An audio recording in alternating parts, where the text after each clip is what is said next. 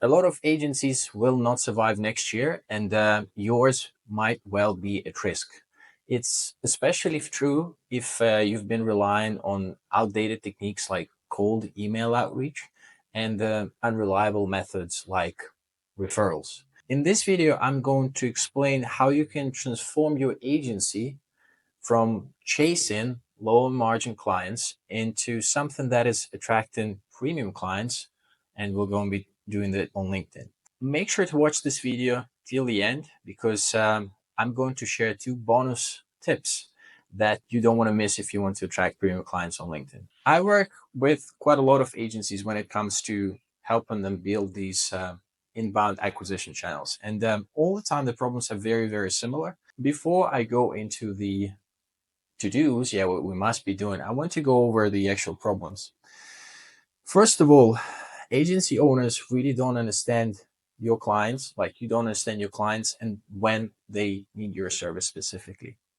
I work with some SEO agencies, and these guys always think that it's all about traffic. Yeah, okay, we helped you to rank this keyword, and it's all about traffic. But in reality, for a company, and the bigger the company, the less they really care about one specific acquisition channel.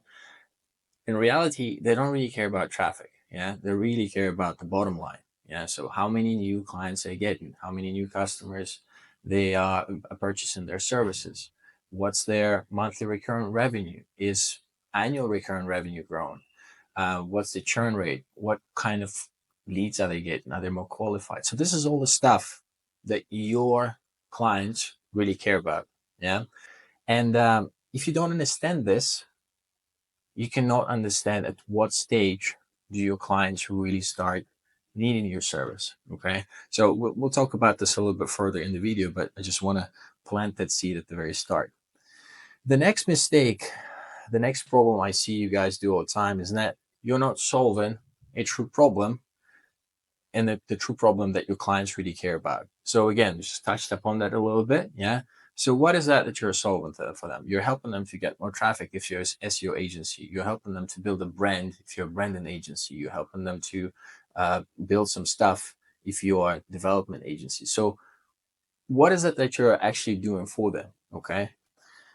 The next bit is the message and content, the lack of consistency with messaging and content. By messaging, I actually mean like the type of, like, you're an agency. Yeah. What's the one thing that you're doing for one specific audience? And this should be very, very consistent. You shouldn't be going all over the place. You should be really focused, almost like repeating yourself all over and over again, because you're doing this one thing for this one type of a client. That's all you do, nothing else. So this needs to be consistent. The next problem is you don't hand out where your ideal client profile hands out. Yeah, I always give this as an example. So supposedly you have, imagine you're an SEO agency or marketing agency, whatever it is, and your target audience is the SaaS companies. And then on the same day, say on a Saturday, the day I'm recording this right now, you have two conferences. Yeah, one is all about uh, marketing and agency stuff and etc etc. You will see a lot of people that you already know there. You meet your buddies, you can hang out with them, do all that stuff. Cool. On the next day, on the same day, you've got another conference which is all about SaaS, and it's an event specifically targeted at founders. Your ICP, your ideal client profile, is SaaS company. So which event would you go to? Would you hang out with your buddies at a conference like marketing agency conference, or would you go to the SaaS founder conference? Of course, if you're looking for clients, it's a no-brainer. Yeah, you're going to the SaaS conference. However, when it comes to, say, LinkedIn and other ways of means of getting clients, whatever it is, other channel, people like agency owners like you yourself, you might have found yourself hanging out with other colleagues of yours, commenting on some industry related stuff, complaining, talking about the problems the industry has, whatever it is, but you're talking to your colleagues. And this is a no-no when it comes to client acquisition using the inbound methods I'm about to show you here. Last but not least, you don't interact with your potential clients. So one thing is just hanging out with them, but how do you interact with them? What do you do? Yeah, so do you talk to them? Of course, once you go to a conference, again, it's a no-brainer. But yet in real life, like when it comes to LinkedIn stuff, agency founders, they're always like, okay, yeah, well, I'm heading out there. But do you actually talk to these guys? Yeah. Do you comment on their posts? All these things. So this is the next problem that I see not happening. So now that I highlighted some of these problems, yeah, which lead you to losing clients, not getting new ones, not really being able to get these premium clients, not charging the amount of money you're actually worth, I want to show you some of the solutions. Yeah. So again, these are the stages that I go through with my clients. The first one is the product market fit. It's all about niche, offer, and positioning. So ideally, and no, it's a no-brainer. You want to understand what problem you're solving for a very specific audience and the desired outcome you help them to achieve. So that's what I'm saying here. Okay. So, and when it comes to digging into, so the types of questions I ask my potential, my clients are, what type of company is it? Where are they based? What's the head count? What is the stage of the company? So is it a newer company or are they already an established brand? Is there a specific event that led them to consider your service? Okay, this is very important. So why did they all of a sudden become so aware about that they need a solution like this solution? What is that they're trying to achieve? Yes, with SEO, they realize they're not able to drive cheap signups using ads, or it's restricted in their niche or whatever it is.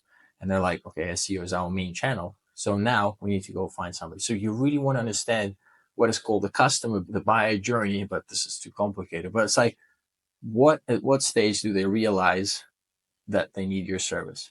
And ideally, like, this would result in a simple line. This is more for yourself than for anybody else. But you really want to understand the niche and position yourself within that niche. I'll give you an example now in a moment. The pain you're solving for them and the desired outcome you get for them. And I really like this formula because people, like we as humans, we are not motivated as much by the achievement of the desired outcome. Yeah, it's the pain that's primarily driving our motivation. So that's why you really want to understand the pain, the problem they have. So in this case, I'll give you now an example. I've got a beautiful example about a PR agency client that I had in the past. The problem is that you want to be very, very specific. So say with a PR guy, so I worked with this agency client. So he was pitching left and right. So digital PR stuff, very good product, very good service, highest results possible. But he was pitching left and right. He couldn't figure out what exactly his audience is. And we started digging into it. Yeah. And then we realized that his ideal target audience is a type of a startup that's already been funded or is about to get funded, but still is looking for more funding. Yeah. Or looking to get the first round, whatever it is. Because these startups, they need to get publicity, they need to get featured on very specific set of publications. So they need to be featured in Entrepreneur. They want to be featured in whatever it is, Forbes, Fast Company, whatever it is. Yeah, but very specific publications. And when they go to digital PR companies like, oh, okay, we can feature you somewhere, but we cannot guarantee you the outcome. Whereas my client, he was able to guarantee this. And now all he did was that he went to these startups and talked to the guys like, guys, I know you need funding, and I know you need to get featured on this and this and that publication. How about I help you? And I've got all this ton of case studies there. And it just became so much easier for him, just like booking calls just like that, because it was such a no-brainer. So we really sat down, figured out his product market fit. We figured out the problem they had. They wanted to get extra funding. Yeah, that was the desired outcome. But the problem was that they weren't featured in the publications they need to get featured. Yeah. And then once it was resolved, it was much easier for them to proceed. Yeah. So that was like a tick in their thing. So, and when you pick the niche and this position of it, it's also like, I have a client now. They work with health and wellness guys. Okay, health and wellness companies. But again, what kind of health and wellness is a huge niche, and I'm happy that they started niching down, but they will further niche down. Not they will figure out their, the type of the client they really enjoy working with, and they will figure it out and niche down further. But even then, you can position yourself. What kind of companies do you work with inside health and wellness? Are they newer companies? Are they more established companies? Are they companies looking to expand? Are they companies looking to maybe, I don't know, sell off? Whatever it is, this is what the position is all about. And as time goes, you figure it out. It will be much easier for you to sell to these companies because it's you basically talk to a very, very fine niche. The end result of this whole thing, yeah, of your product market fit, is that you get rid of the 99% of clients that don't fit, and you talk to the 1% that is your audience that you can help with the solution that you have. Okay, that's important. Now that you have figured out the product market fit, you want to go and understand your customers. Okay, and these are the questions that I ask: when do they buy from you? Yeah, when are they problem aware? Because if you think about it, if your clients are not aware that they have a problem, it's impossible to sell them. Yeah, they are not problem aware yet. They might have it, but they haven't figured it out just yet. So the goal of your agency, yeah, of yourself as somebody who's looking for inbound leads from LinkedIn or any other place, understand at what stage are these clients looking for a solution that you offer. And I give an example here with a mechanic in a car. When you buy a new car, yeah, you go and you drive around, but as you approach certain stage in the usage of the car, so when you go to 10k, 10,000 kilometers or miles, whatever you are, you have to go to a mechanic. Yeah. So if a trained mechanic, they look at the car, they're like, oh man, there is something funny going on with your car. So the day is like approaching, yeah, for you to go and visit the mechanic. So it's almost like you should be able to see the same. Like, you look at the companies that fit your niche, yeah, and you look at them, you're like, this company is looking for funding. Yeah, they start considering to get funded, like with the digital PR case study I just shared earlier. I know they will need my service. So this is the moment when you reach out, okay? And this is the stage when you know that they're problem aware. This is also important for your content creation, which I'm going to talk about in now in a couple of minutes. Yeah, so you understand this moment in time. So for example, for me, yeah, I'm helping you to get inbound leads from LinkedIn or any other whatever. The stage for me when you understand that you need my service because you tried cold outreach, yeah, it didn't work for you, you hated it, whatever it is, and you're losing clients, you're not getting new quality clients, so you're checking out my content right now. So now I'm saying, it's so easy for me to understand at what stage you need my service because I know the basically your journey to me. So you want to figure out the same thing for your clients. Now, once you figure that out, you basically have, and this is something I just mentioned actually, you figure out 5 key triggers your clients have and build your content around them. Okay. So again, I just mentioned that you're losing clients, you're not getting clients, not getting premium clients. Cold outreach hasn't worked for you. You tried ads that didn't work. It's too expensive. Cost of client acquisition is too high. Whatever it is. Yeah. So now you go and check out my stuff. And this is the stuff when it comes to posting content. This is it. There's nothing else. You're just going to attack this thing over and over again because you're really like, if you think about it, what inbound lead generation is, yeah, it's almost like you're running an ad, but you just don't pay for it. You just show up, you talk to your audience, they get to know you, you share some stuff, but then you just attack the same pain points all over and over and again. And just like you would go to another example from gardening, I don't know if you've ever seen that, but when tomatoes are grown, some of them ripe a lot quicker than the other ones. So you kind of go to the, say, greenhouse, you've got them in a greenhouse. So you go to those tomatoes and some of them are already ripe. Yeah. So you pick those up. And the same idea is like you go and post that content, and whoever is ready, whoever is problem aware and they're actively looking for a solution, they will get in touch with you. Yeah. So they're ripe, they're ready. And then you just leave and then come back to the greenhouse the next day. And then you post pretty much the same content. Of course, you change it slightly. No need to complicate these things. Then you go back and do that thing again and again. And as tomatoes grow and they're ripe, so is your audience. Yeah. So people are other other companies that fit your ideal client profile. They become problem aware.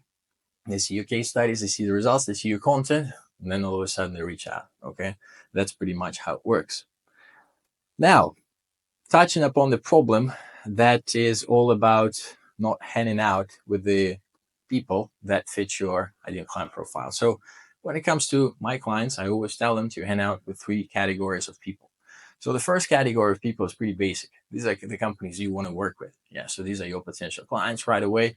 You can make a list, top 100 companies you want to work with, whatever it is, maybe top 10, 20, 30, whatever it is. Yeah, so you make that list, you find the decision makers, and you have that list in, I have it like in a spreadsheet, super simple. The next category of people is an ICP. So again, the people that fit your ideal client profile, and they're also like more like an influencer. An influencer means that they are in your industry and in the industry where you get clients from, and then they're producing content, and that content actually gets some traction. Okay, so that and this is I'm laughing because it's kind of very very simple, because it's almost like a lot of a lot of founders of agencies, they go and hang out with other agency founders, yeah, in their comments on LinkedIn and do all this stuff. And the same happens with your potential clients. They also hang out with each other. So all you do now is you go to their LinkedIn profiles and find these influencers, and you check out the likers of their posts, and you will also see like other founders that fit your ideal client profile. And then you can further grow your list. You know they're active. They've shown the intent. Yeah, so they're present on LinkedIn. They like people's posts. You know they're active. They're reading people's stuff. So it's a no-brainer. And then all you do basically, you just start handing out with these ICP and influencer status guys and girls. So you go in there. Last but not least is just influencer. I call this group of people that because it's somebody that doesn't fit your ICP, but they still talk to the same audience. So, for example, if I'm looking for SaaS companies, I might come across a guy that helps SaaS companies to scale using, I don't know, some product stuff. Helps them with product, or some guys that talks about SaaS sales, yeah, things like that.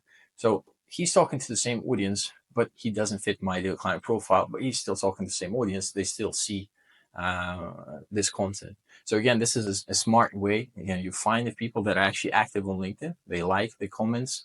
They comment sometimes, and this is how you can kind of get in there.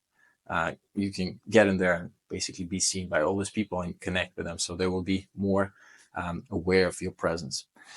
Once you find these lists, again, you can grow them as big as you possibly can. Yeah, so this is where the artsy part comes into it. You can have, say, 10, 20, 30 people all together.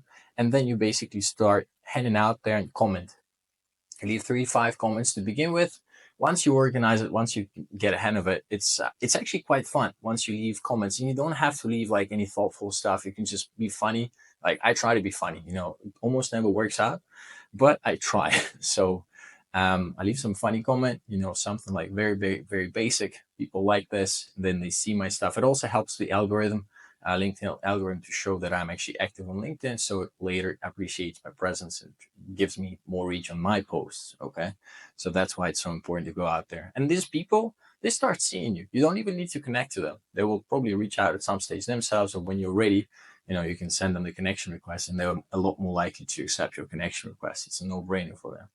And the best things happen from these connections. Yeah. Because once you start having human conversations, you will actually start people coming to you. Yeah. And this is when you control the power. Yeah. This is so much different. So when you are reaching out to somebody that wasn't looking for any service at the time, but this is so much more different. Like, oh, we've seen your content, we've seen your case studies, whatever it is. We'll like your stuff. Like, can you tell us more about what you do? Yeah, and this is so much different. Yeah, when you get this sort of inbound lead knocking the door. Now I'm going to share the first bonus, which is right here.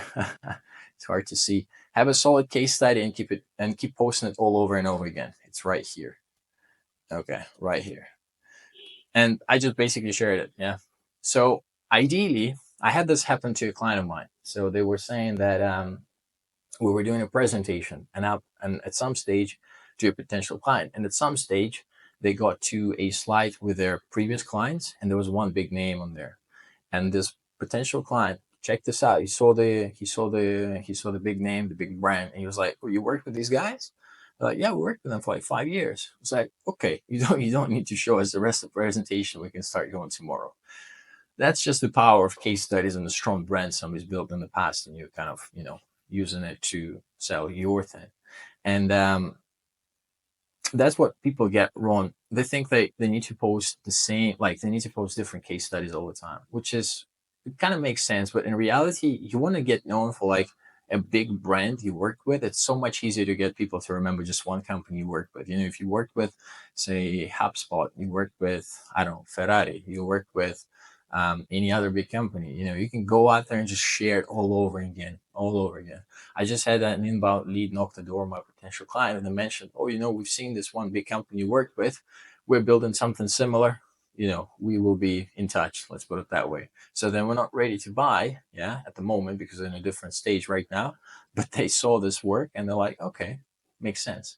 So that's what it's all about. So it's really about getting this one message to one audience and kind of getting it into their head through continuous repetition, because these days we don't remember anything. Last but not least is the bonus. Create lead generation posts. This stuff still works, but I've seen some rumors that this stuff might stop working. Suppose that you are like whoever is your decision maker, yeah, in a company you work with. So for example, if you're working with SaaS companies and you want to help them with like create SEO content better and more efficiently so that they actually can drop their costs a lot, stuff like this, they can do it themselves. You can go out there and say, listen, we help this other company get to that level using our technique, yeah, and we're just going to show you how all of this stuff works in this document. Let me know if you want to check it out. And that's basically the type of post that you would that you would post on LinkedIn. And then you say, okay, comment if anybody wants it. And then you will see some people comment on it. And it actually feeds the algorithm at this stage. Again, I'm wondering if that's going to last for longer. But right now it's going all right. So you can still use this stuff. And that helps you grow your network quite substantially. It also highlights people that are experiencing this problem that is ideally very, very close to what you're offering as a solution. And then you talk to them through your DMs, and then you establish, rapport. You invite people to talk to you over the phone, and see if there's a fit. So that's pretty much it. That's how this whole inbound thing works. Altogether, it's very, very sophisticated. Yeah, so there's all these components you have to put together to make it all work. But that's kind of the idea, the whole picture of LinkedIn. So you do this then, and make sure that it's all operating together. By the way, last but not least, I completely forgot to mention this, and this should be bonus number 3, actually. Once you interact with with these audiences, and I kind of mentioned it, but I want to highlight it a little bit further. Once you interact with these audiences, what you want to do is you can use some automation here in a very, very smart manner. Because ideally you want to grow your audience. You want to connect as many people that fit your ideal client profile so they can, see your content and ideally become your clients later on. So you would go into these profiles of your ICP and influencer. You obviously want to try to connect with those people. So once you're able to connect with them, you can see all their contacts. Yeah. You can see all their connections, not all the followers, but all their connections. So they need to be a first degree connection for you to make this work. Then using a tool, I recommend Linked Helper 2. I always use that tool. You can scrape those connections, and then inside Linked Helper 2, you can actually filter them according to your decision makers. You can say founders, you can say owners, you can say head of growth, you can say CMO, like whoever is your decision maker, and you can filter them out. But another awesome thing, even if you don't connect with these people, and this applies for ICP plus influencer and just influencer, because these people, they create posts, and these posts, ideally, they collect a quite substantial amount of likes and comments. So Linked Helper actually allows you to go through their posts and scrape those likers and commenters, and you don't need to be connected with these audiences. So it's crazy, because now you are pulling together highly audience that demonstrated they're actively present on LinkedIn and that they're actually engaging with content. Okay. And that is super, super valuable, because if you just go to Sales Navigator and find people that fit your ideal client profile, there's just so many people that are not active on LinkedIn, but this stuff is super powerful. So use that to grow your audience, and let me know if you want to have like a separate video on how to do that as well, because I can probably show you how to do that. Okay. I'll see you later.